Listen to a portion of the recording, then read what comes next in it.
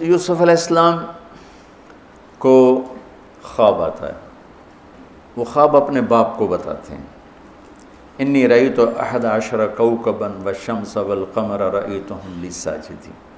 بچے کو باپ اپنے ساتھ اس طرح جوڑے مانوس کرے کہ بچہ دل کا حال باپ کو بتائے یا ماں کو بتائے، یہاں سے یہ سبق ملتا ہے۔ آج کل کے بچوں کو خواب آئے گا نا تو دوست کو بتائیں گے، ابے کو نہیں بتائیں گے، کیونکہ ابا موبائل سے فارغ نہیں ہے، کمپیوٹر سے فارغ نہیں ہے، اور اماں کو بھی ڈرامے سے فرصت نہیں ہے، تو وہ دوست کو بتائے گا۔ آج کے ماں باپ نے اولاد سے دوستی ختم کر دی، ایک گھر میں رہ کر دوستی نہیں، ہاں جی کھانا کھا لو، کپڑے پہن لو، اسکول چلے جاؤ، ٹیوشن کے لیے چلے جاؤ، ٹیوٹر آ گیا چلے جاؤ، قاری صاحب آ گئے چلے جاؤ، کتنے گریڈ آئے، کتنے اے آئے، کتنے بی اے کے بھیجتے پتہ نہیں اے بھی کتھوں آ گیا نا مرادہ نے۔ یوسف علیہ السلام اپنے دوست اپنے بھائی کو نہیں سناتے، اپنے ابا کو سناتے۔ یہ ایک سبق ہے والدین کے لیے کہ اولاد کو اتنا اعتماد دو کہ اپنے دل کی بات تمہیں بتا سکے، اپنا ہمدم ہم راز تمہیں بنائیں، دوستوں کو نہ بنائیں۔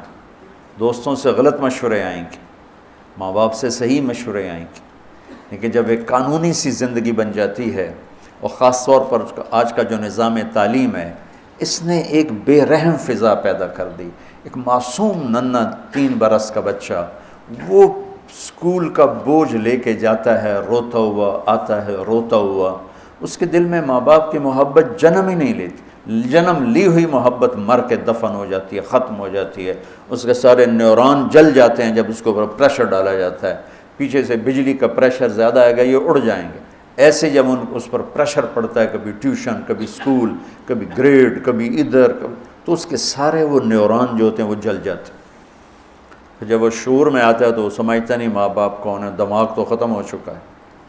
تو یوسف علیہ السلام اپنے والد کو بتا رہے ہیں کہ میں نے یہ خواب دیکھا ہے۔ والد خواب کی تعبیر جاننے والے ہیں، وہ فرماتے ہیں بھائی کو نہ بتانا، بھائیوں کو نہ بتانا، کہ کہیں کوئی چکر نہ چلا دیں تیرے خلاف۔ اس سے پتہ چلتا ہے کہ ایک حدیث استعینوا علی امورکم بالکتمان فإن صاحب النعمت محسود، اگر اللہ تعالیٰ کوئی تمہیں دے تو چھپانے کی کوشش کرو، کہ نعمتوں کو دیکھ کر کچھ لوگ محبت کرتے ہیں، کچھ لوگ حسد کرتے ہیں، اور حسد کی نظر آدمی کو کھا جاتی ہے، اور حسد کا ایسی بیماری کہ اس کا علاج ہی کوئی نہیں۔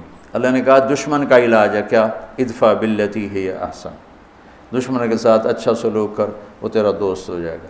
اور حاسد کا اللہ نے کہا علاج کوئی نہیں، تو کیا کر کبا مجھ سے پناہ مانگ، ومن شر حاسد اذا حسد، کہ حسد کا اللہ نے علاج نہیں بتایا، سن رہے ہو؟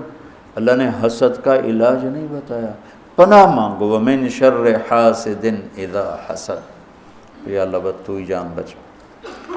تو خیر میرا خیال ہے پورا قصہ سنانے کی بجائے میں اس کا آپ کو نا اس کی متھ، اس کا جو اصل ہدف ہے جو اللہ بتانا چاہتا ہے وہ بتا دوں۔ واقعہ تو سب کو معلوم ہے، وہاں سے باپ کو دھوکہ دے کے لائے، کنویں میں ڈال دیا، اور اتنی بے دردی سے مارا پیٹا، اور جب پھینکنے لگے تو ان کا ہاتھ منڈیر پہ پڑ گیا، تو ایک بھائی نے یہاں تلوار ماری، قبضہ یوں، وہ اتنی زور سے لگی ہاتھ چھوٹ گئے، تو اللہ نے جبریل سے فرمایا گرنے سے پہلے گود میں لے لو، تو پانی میں گرنے سے پہلے جبریل کے پروں پر تھے، اور اللہ تعالیٰ نے وہاں 3 دن وہاں رہے۔ تو وجاءت سیارة فأرسلوا واردهم فأدلى دلوه قال یا بشرى هذا غلام وأسروا بضاعة واللہ علیم بما يعملون۔ تو وہ قافلہ گزرا، وہاں کنواں دیکھ کے پانی لینے گئے، انہوں نے ڈول نیچے ڈالا، یوسف علیہ السلام ڈول میں بیٹھ گئے، اور یوسف علیہ السلام اعطی شطر الحسن، پوری دنیا کے مردوں کو جو حسن ملا، عورتوں کو جو حسن ملا، اس کا پورا 1/2 یوسف اکیلے کو ملا، تو کیا چیزوں کی، کیا چیزوں کی۔